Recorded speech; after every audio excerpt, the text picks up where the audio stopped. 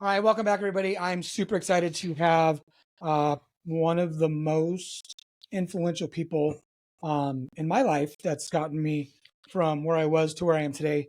So I wanted to bring him on and kind of talk about a little about his story on how he's done that, and then how he has, I know, helped more than just myself do that, and maybe some mindset stuff that things that you have learned through talking to so many people about taking things from one place to another. So today we have Dustin Runyon with us, and I'm stoked for you to be here. Thanks for having me. Yeah. Incredible studio. This is awesome. I appreciate you having me, brother. Yeah. Yeah. So tell everybody to start kind of just a little bit about you, who you are, let's say where you started in your career, and then where you're currently at. Yeah. I love the Degenerate mentor because that's where I started out as a degenerate, a proud one too. But grew up. I was born in Phoenix, and I grew up here in Lake Havasu City. And as when I was younger, I was definitely anti-authority, which I think is common amongst entrepreneurs. Is we don't like authority. Unfortunately, when you're younger and you don't like authority, and you haven't learned to channel it in a positive manner, it doesn't end up great. So had some trouble from like 16. My dad had bounced at 16 and left, and my mom worked a lot, and so just trying to find myself from about 16 to 23 was I was the degenerate, but I got lucky. I never wanted. I wasn't good at school. I think I graduated. I was 333 out of 336. So I was at the. You almost made it to the very bottom. I almost made it to. I almost made it to last place, which I believe there was a prize for that, or at least there is at the golf tournament. So we. I did not like school. School wasn't something for me. I always say, it's why I can relate with kids today who don't overtly love school.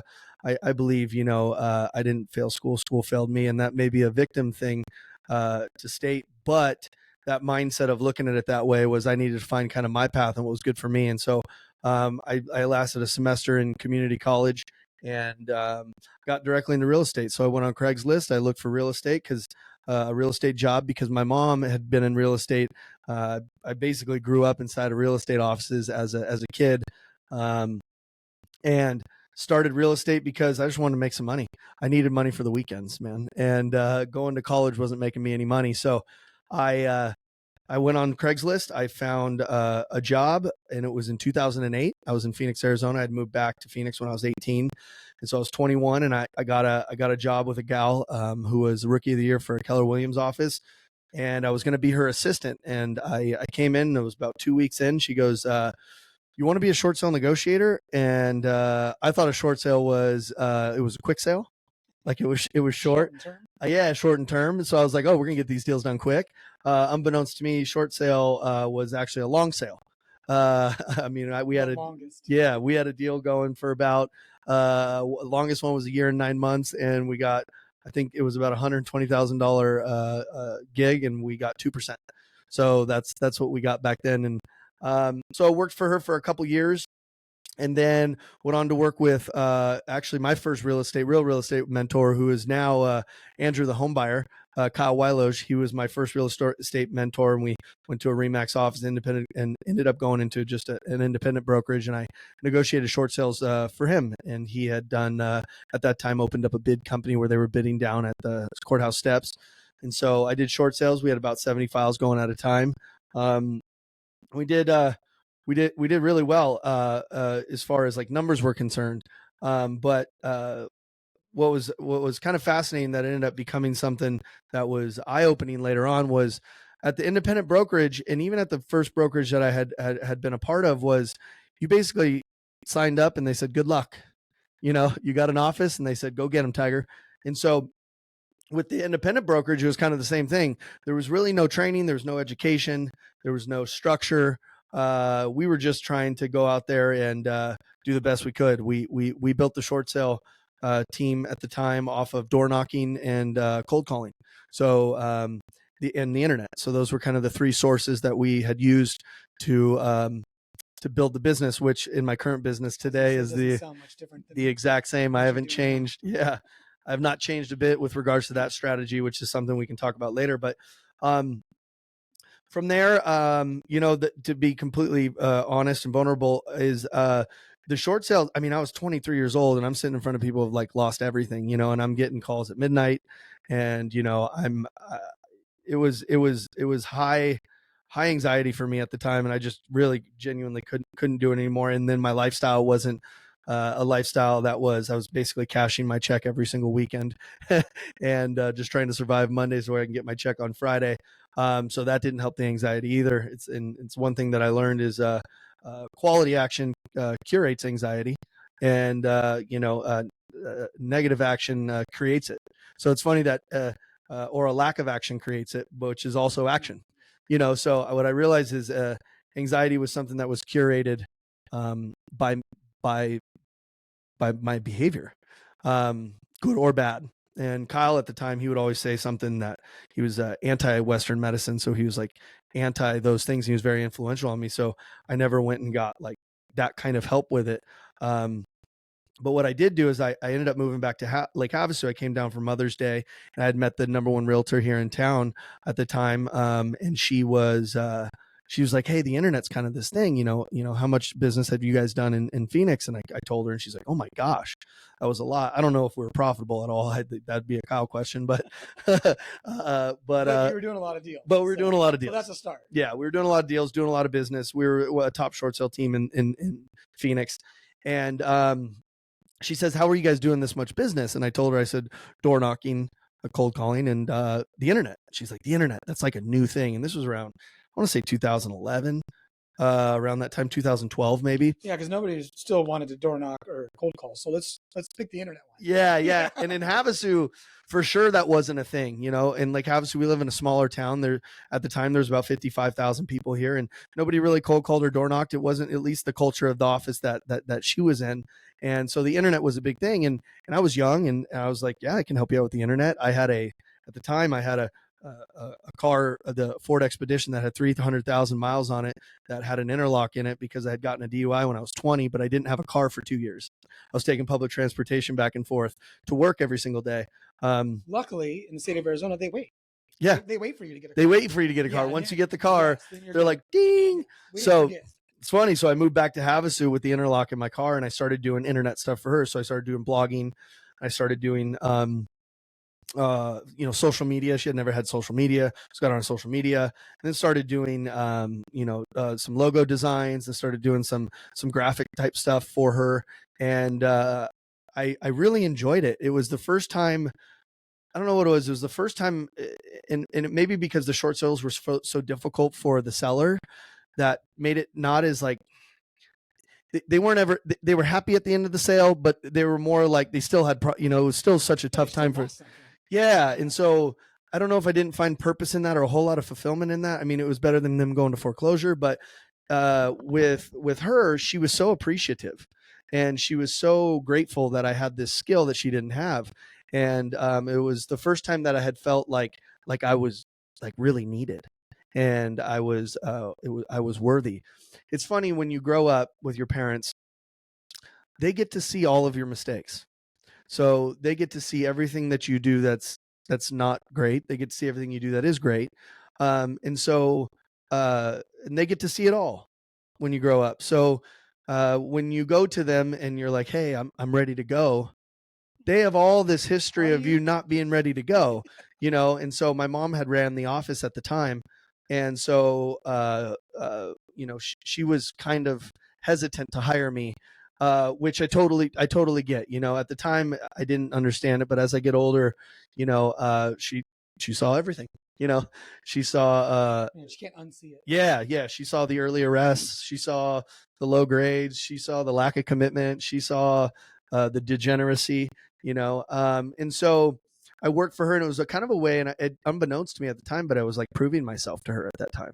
And so she, I worked for that lady for a while, and then another top producer in the organization had hired me to do it for her as well. And then finally my mom had hired me to do it for her. So I was doing blogging and interneting and lead generation, and I was building Google pay-per-click ads. and I was kind of doing all of that for them. And I felt a lot of purpose because none of them knew how to do it. You know, they were veteran agents.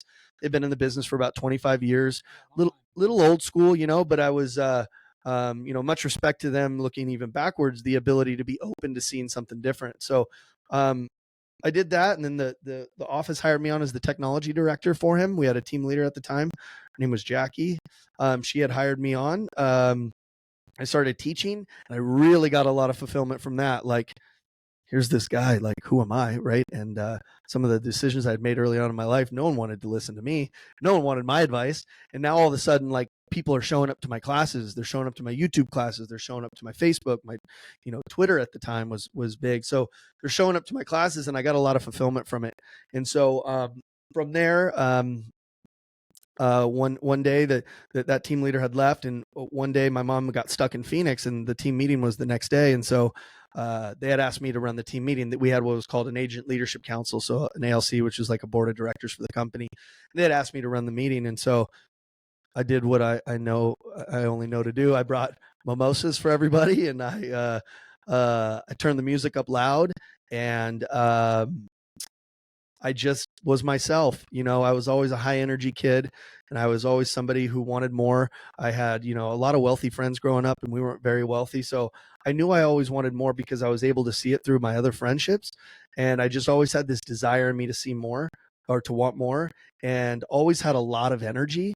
I just wasn't channeling it right. And it was cool that day. I ran that meeting, and they said it was one of the best meetings that they'd had. A lot of energy. And I was just firing the people up. So from there, they had hired me to be the team leader of the organization, and we grew it from about 65 million to over $500 million in 5 years. We went to 2 different locations, Kingman and Bullhead. We opened up a real estate school, which ended up being, you know, incredibly well for the growth of the company. It's crazy how many people, some of the top producers here still today were people that went through that school that we brought on and to the organization. But my biggest aha and my biggest kind of, like, you know, you have those defining moments in your life, you know, where like you'll never not remember that moment, whatever that moment was I remember going to, and this is the naivety of me. Remember, I'm 25, 26 years old, being the team, you know, coming to this Keller Williams office. And Keller Williams was one of the first real estate. I believe they pioneered so many different things in the real estate space. One of them, though, being training and education. Keller realized that the agent was their client, not the buyer or seller. And so here I am moving from a brokerage that had no training, no education, to a brokerage that gave the agents everything. Yeah, they were like at that time one of the best training companies, not real estate companies, but training companies at that time. Yeah, I think they got Training Magazine gave them, like, you know, number one training company for a long time. I mean, it was like year after year after year after year. So my defining moment, or where I remember this, I'm like, and this is naivety, not judgment. I was like, how were these agents given everything? Right? Like all the training. We even had a lead program at the time where we were generating leads for them and would give the agents the leads. How is it that we're giving them everything? All the training, all the education, the environment, you know, all the systems, all the processes, and they're still failing. And that became my obsession. Like, my obsession was, you know, we were succeeding with none of that in Phoenix. I mean, barely succeeding. I don't know if, you know, Kyle was succeeding. I don't know if I was succeeding. But now you give us everything to these people and they're still failing. And so that became my obsession. And I had been given a book called Never Eat Alone. And I never read, but I got given that book, Never Eat Alone. And basically the premise of the book is networking. And so I got sent to team leader boot camp at the Keller Williams. And I went there, and the preface of the book was to show up prepared. So show up prepared to these events, show up prepared to wherever you're going, know who's going to be there, make sure you're prepared to meet those people, know their name, do a little research on them. And so I showed up about an hour early to team leader boot camp, and I got to meet, his name's Gene Frederick, which is a legend in the space today. He's with EXP, but absolute legend, probably one of the number one top recruiters of all time with regards to real estate. And I showed up early and I got to meet him, and I'm like, so, hey, where are you from? He's like, Arizona. I go, me too. And I go, where'd you go to school? He goes, ASU. I go, oh, okay. And so the class started, and he goes, I'm going to give away a lot of books today. And so throughout the class, I'm going to give away a lot of books through some quizzes. Who here knows where I went to school? Bingo. And so I raised my hand. I'm like, ASU. And he gave me a John Wooden book, and I read it on the way home and completely changed my framework of how I thought and my framework on leadership. And I started to realize that a majority of success was psychology. It was your mindset. It wasn't the strategy that was the issue. It was the belief structures and the values that you withhold in your mind, and the energy and the states that you show up in, and in those different things, and completely shifted it. And so from there, I went on to start my own team. I always wanted to own something that was my own, and that was my mom's office. And so I didn't own any of it, and so started my own team. Year one, I sold everything, literally everything. I sold, me and my wife lived everything except real estate, right? Yeah, I did. Yeah, I sold everything but real estate. Personal shit. Because the truth is, this is the other truth, is I was a short sale negotiator, but I never had my real estate license. And even when I ran the team, I never had my real estate license. So at 31 years old, I've been in real estate for 9 years or 10 years at that time, and I got my real estate license. And we started a team. And my goal was to do 104 deals the first year, never showing a buyer or never listing a home. And so I started the team. We sold everything, sold my house, I sold my car, and we lived in a hotel for 2 months. Me and my wife with our dog, and my other dog stayed at a halfway house. Yeah, at a halfway house. And so and we built that up, and over that year we did a little over, I think we did 106 deals our first year, and last year we did over 150 million in our fifth year, 150 million in sales. Through that, built a development company as well with some high school friends, and currently have about 500 acres under development. We build luxury subdivisions, as well as we have another product coming out, which is an affordable housing project that we have coming out. And so learned a lot over the years, but the biggest thing throughout that whole thing was that we all kind of chase strategy a lot, and I do the same thing. And oftentimes when we're chasing strategy, what we're trying to chase is ease, like something that's easier, something. And what I realized was, not about 90% of success is psychology. It's why early on I saw a lot of people. It's why I see people that I feel, and then again, no judgment, but you ever seen somebody you thought you were incredible, like you were much smarter than? Yes. Beating you? Yeah, all the time. Yeah. Most of the time. Yeah. It's like, because they're too dumb to quit, right? And they're too dumb to overthink it. Right. So we have this thing that we talk about, which is like underthink it, go before you know. And I realized the intelligence was in the action, and allowing the action to curate the lessons for you. But I also learned how important mentorship and coaching was. So I got into the Robbins program pretty early, and my coach Jason Dries was phenomenal with me, and I had another coach, Debbie Frapp, with the Keller Williams. She was phenomenal.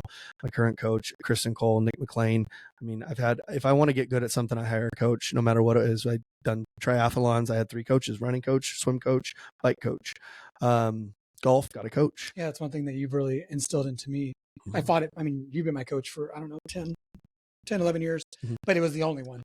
Now I think I have 4. It's like, which is awesome. Yeah, I see it work, and I'm like, well, and now even the coaches I have now, they go, it seems like you kind of just do what we tell you to. I'm like, well, you charge a lot of money. Like, I mean, yeah, it would be really stupid to pay you a lot of money and then not do the things that you said. I could not do the things that you said on my own.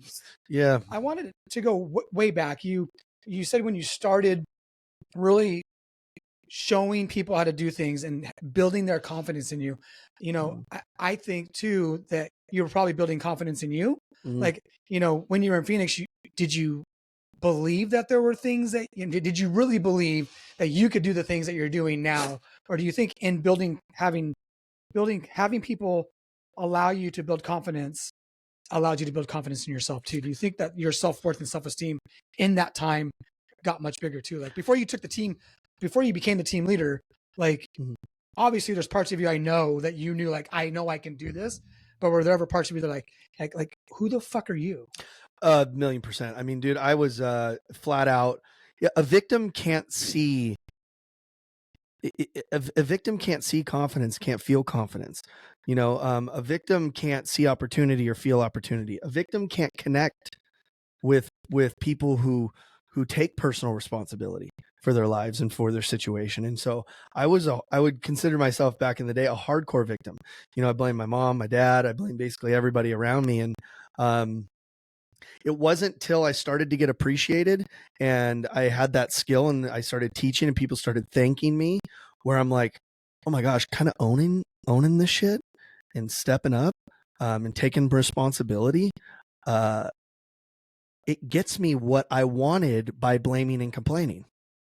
So by what I wanted by being a victim was praise, and I wanted things done for me, and I wanted opportunities, and I wanted the ease of things. And what I realized by doing the exact opposite of that is what got me what I wanted, which was taking ownership of my own life and personal responsibility in my own life, and people believing in me before I believed in myself was what really because the whole I mean, anybody would come to the class like, that was one of our favorite classes, can you do that class again? And I'm like, do I got something here? I played sports and I had done well in sports, but I always found a way to sabotage it.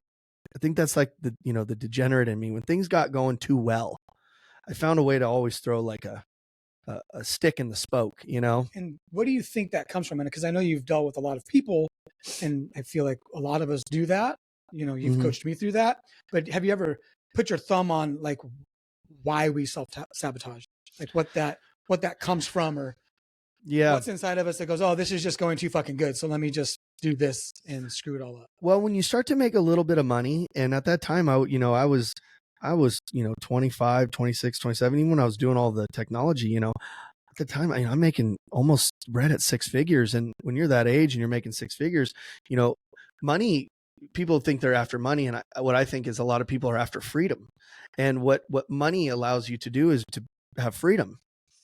And when you haven't fully shifted your identity as a human being, I still got that degenerate in me. And so when you give, as I heard a friend say this, he goes, the greatest thing for a drug addict to be is broke. It keeps them alive. You give them money and they die. Yeah. And so, I was still that person. I still had those behaviors, even though I was working in the office and I was going hard. When things started to go good, I started making money. I had the freedom to be a degenerate again. Yeah, I remember. It was great. Yeah, it was awesome, right? It was fun. And then another thing too is, and it's so great that this called this, and I'm gonna use the word a lot, but like, I wanted to work hard and I wanted to build something up so that I could do whatever I wanted and almost justify it. Like, yeah, but I work my ass off and I make a lot of money. That's why I'm a degenerate. I'm doing this, so that's why. And so it was a reason. I think that one is too much freedom for some people, as you see it all the time in real estate and in mortgages, right? Someone closes 60 deals at Wells Fargo, they come over to a brokerage team or a Bank of America or something where they have structure and they get all the freedom being an LO in the LO game at a brokerage, and they close six. And you see that all the time in real estate, which is the biggest enemy of people's success in real estate is freedom. That's where you get to see who people really are. You want to see who somebody really is, give them freedom. And that's what money does, is it gives people freedom. And so you see that with people. Money, you've heard this before, money makes people more of who they are, and it's so super true, but it's really freedom that makes people more of who they are. And so I think number one was I hadn't fully shifted my identity yet. I still had those old, it's hard to shake old behaviors. You don't want to lose that part of yourself. It's hard to shift and change. It's hard to shed the skin of an old identity and to really shape it into a new one. So that too was, I get to have freedom now. Now I have money to even be more of a degenerate. Yeah. On a bigger scale. On a bigger scale. And then three, obviously there's the fear of success, which is like, and with a lot of success comes a lot of responsibility. And I know I was trying to escape all degeneracy really is the desire to escape responsibility, you know? And so yeah, those things. And then, it wasn't really till like, you know, you have a lot of people looking at you in the office and you have to start to behave a certain way and you start to see that those things. I got obsessed with books, and that's what really helped shift my identity. I moved into a place by myself. And I got rid of, you know, I didn't talk to really anybody. I hiked every single day and I read a book a week for like a year. And that's when it really started to shift for me. So as things get, like you said before, when you started to do the things, you started to see the things and opportunities. And I know just in the last couple months for me, there's been I wouldn't have considered myself a victim, but I know I had a lot of victim tendencies. And since I've kind of let a lot of those go with where we've gone over the last couple months, it's like almost not overwhelming, but it's crazy to think that all this opportunity is there. And now it's like right in front of me. And I don't know if it was there before and I just didn't see it because of that mentality, or other people see things, so then they offer more opportunity. But just, I can see that same thing where as I take control of a lot of things, either in business or in my life or both, that the opportunities are, and it's not like little opportunities, right? Like you've always talked to me about the hockey stick. It's like you do, and all of a sudden, and that's happened a couple of times in my career and in my life. And now it's like, it's happening again. And I don't know if it's cyclical or if I'm cyclical, right? You know, going up that hockey stick and then sabotaging and coming down a little bit, maybe not all the way down. And then like right now, there's just every single week, it seems like there's something else. It's like, oh my gosh, how are we going to accomplish that? Like we could actually do that. And some of the things, you know, I don't believe that they're shiny objects because I know they're going to be, that's a ton of work and it scares the shit out of me. Like, I don't know how we're going to do that or what the system's going to be or what the process is going to be. And one thing that I was always really bad at is I am the overthinker. And so you've really taught me to underthink. And so like this last opportunities I have that I'm working on right now, it's like, I didn't think, I saw it. I went on to it. I did it. I clicked on it. I had a meeting. I said, yes, I'm going to spend more money than I've ever spent on anything ever. And I have no fucking clue on how we're going to take what they're going to give me and turn it into profit. Where normally I would stop and be like, well, let me come up with the system. Let me come up with the process. And then when I'm ready, I'll go to them and say, I'm ready. And if I would have done that, it would have been gone because it's already, I took it and now there's a ton of people that want it. And so it's, like I said, not overwhelming. It's just kind of scary because I don't know what to do, but I know because I have people like you and I've always had people like you that believe in me before I do stuff. I'm like, we'll figure it out. Yeah, I mean, if you're going to really grow, you know, you got to do stuff where the vision's dark. Like uncertainty is stepping into the darkness of unknown.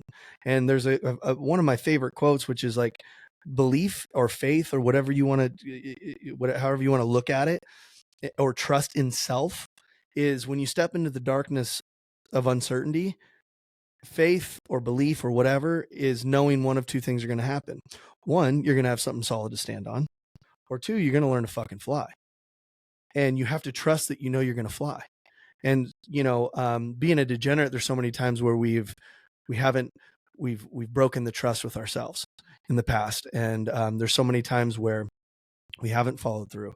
But when you start doing that, and when you get rid of degenerates are hard-headed. and they're stubborn. Yeah, because you already know. Yeah, you already know. And that's, you know, if you go to any sort of rehabilitation, whether it's drugs or alcohol or whatnot, it's funny because that's all you're trying to do when you grow is you're trying to rehabilitate. You're trying to change behavior. And one of the first steps is acceptance, right? And so, and when you really change is when you surrender. So when you surrender to the fact that, you know what, I may have been playing the victim a little bit, or surrender to the system, or surrender to the process, or surrender to the fact that you don't know at all, but you know you want to go forward. So let's take the first step. You don't need to know steps 6, 7, 8, 9, and 10. You know, it's funny. We have a friend that now works with me. She's our director of operations, and people get to see all of my stuff online and get to see me speak and get to see all that stuff. And it sounds pretty. And, you know, stepping into the darkness sounds great. And all the quotes sound awesome. But when you apply them, it's a mess. Yeah. When you apply them, it's like, I look and some people, they're like, well, what do we do here? I go, I don't know. I know what we're not going to do is stop. What we're not going to do is fucking quit. We're going to take the next best step and the next best step and the next best step. And so for you in your situation, you said yes to it and you're like, I don't know how I'm going to do it. Good. You got to go before you know. Because if you only go when you know, you'll never grow.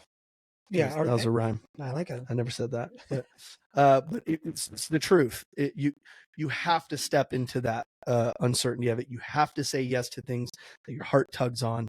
You have to say, okay, I'm in.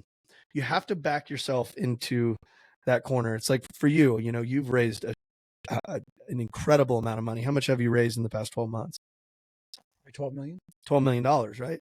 So when somebody comes to you with a deal, yeah, there's a lot more certainty now than there was 5 months ago. But, you know, and I'm not going to say you, but someone comes to you with a deal, they're like, I need a couple $1 million, hard money loan. You're like, yeah, I can make that happen. You have to say yes, right? And then you got to go make it happen, or else it's never going to happen, or you end up saying no to everything just because the uncertainty's there. And now here you are. And over the past 12 months, you raise money like an absolute animal. I mean, it's been incredible to see what you've been able to do just by saying yes and then figuring it out, saying yes and making the calls, saying yes and doing whatever it takes. Like you said, then the opportunities now I get calls. I don't even know how people know that I could use their money. And it's weird. We joke about it, but sometimes it just literally falls out of the sky. Well, when you're in alignment and you're doing things and making things happen in alignment with yourself, in alignment with your values, and you're taking action on those things, you become magnetic. You become sticky because like you getting sober, you know, that's scary for a lot of people.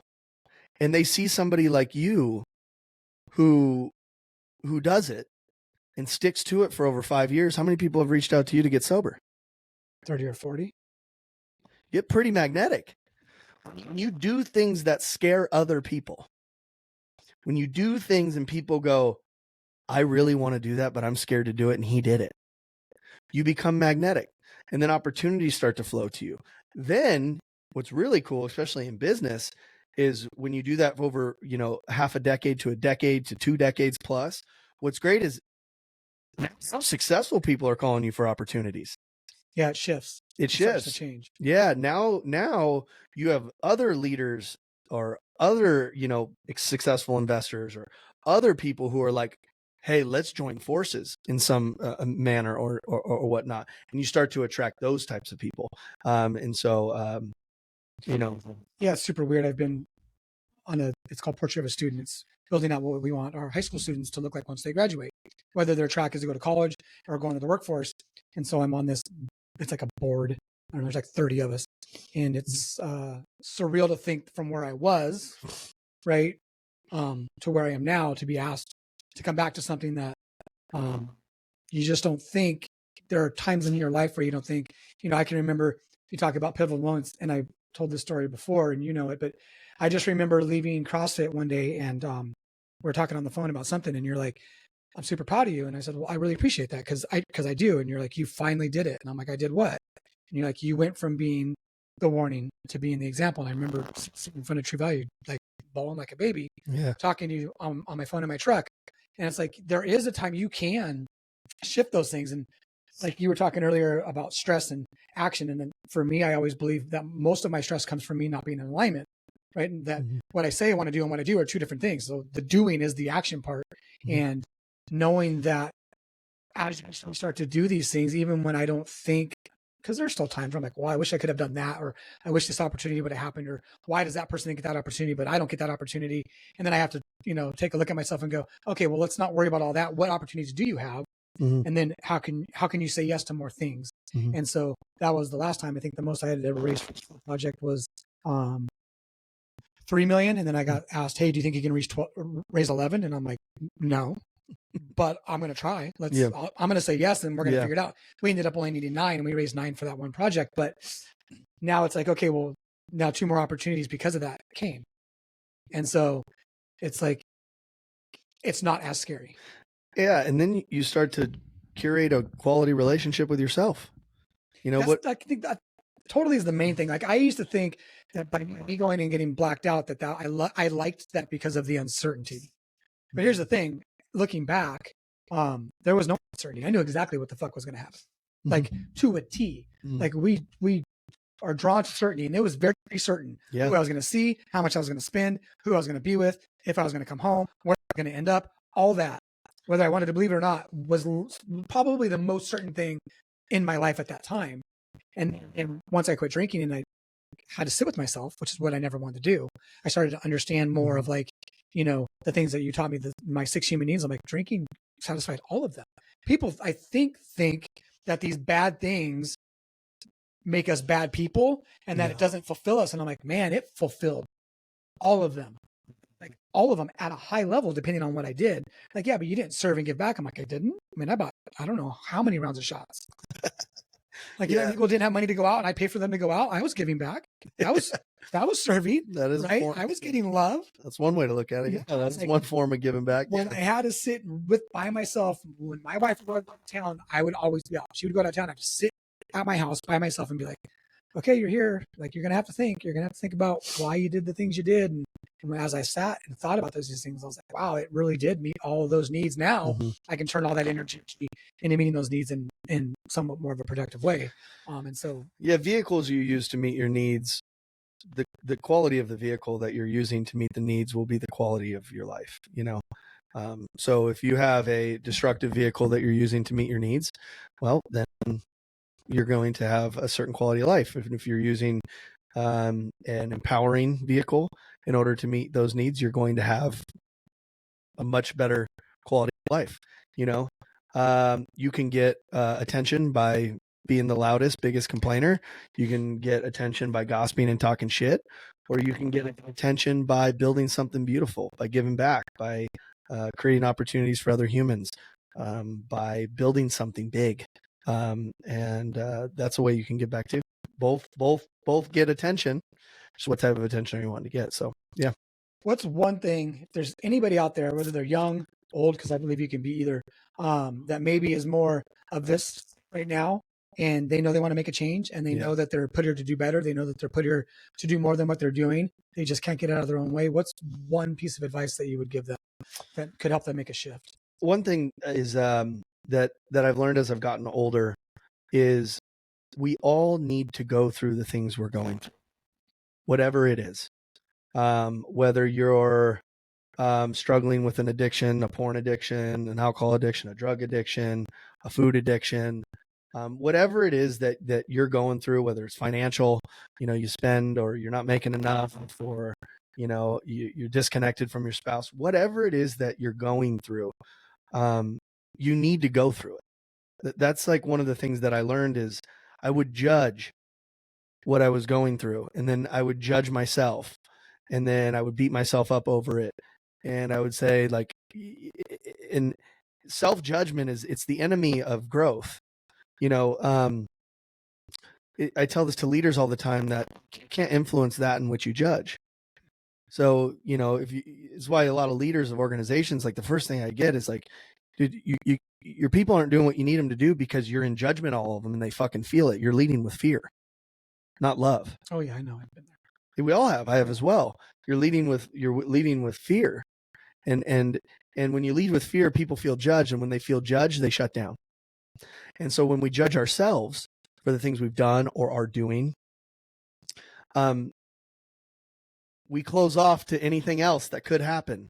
And so the first piece of advice is to step out of the judgment. You're fucking human, man. You know, when I was younger in my 20s, I judged everybody, and then I got kicked in the face a few times and got some teeth removed, you know, by life. I would say if you're in your 20s and life hasn't kicked you in the face yet, it's coming. You know, it's coming. So don't judge yourself. It would be the best piece of advice. And the second piece of advice I'd give is go ask for help. Like, help is a superpower, man. Help is the surrender.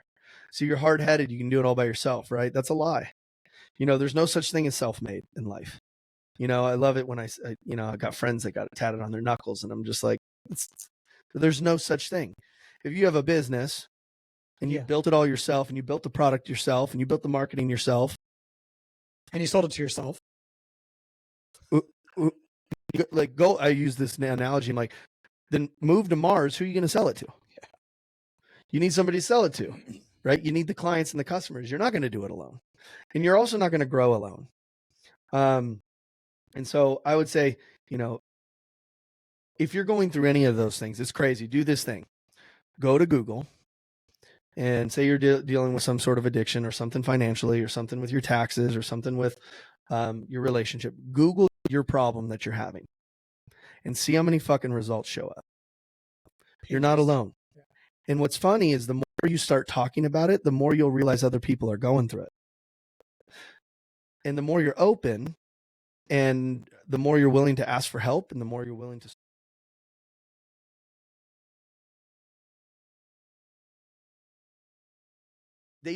we've all been a degenerate at something, right? Whether it's, you know, blue collar, white collar, doesn't matter where you're from.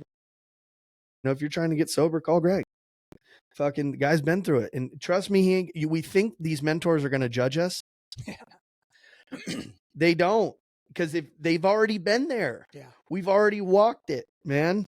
You know, and if you are surrounded by people who are in judgment, you know, get away from them, change your behavior, and you may inspire them too.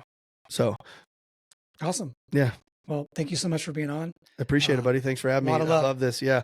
And I'm glad you're doing it. And you're a fucking awesome dude. And I love you a lot. And it's been an honor to be rocking with you for so long. It has. Yeah. Love you.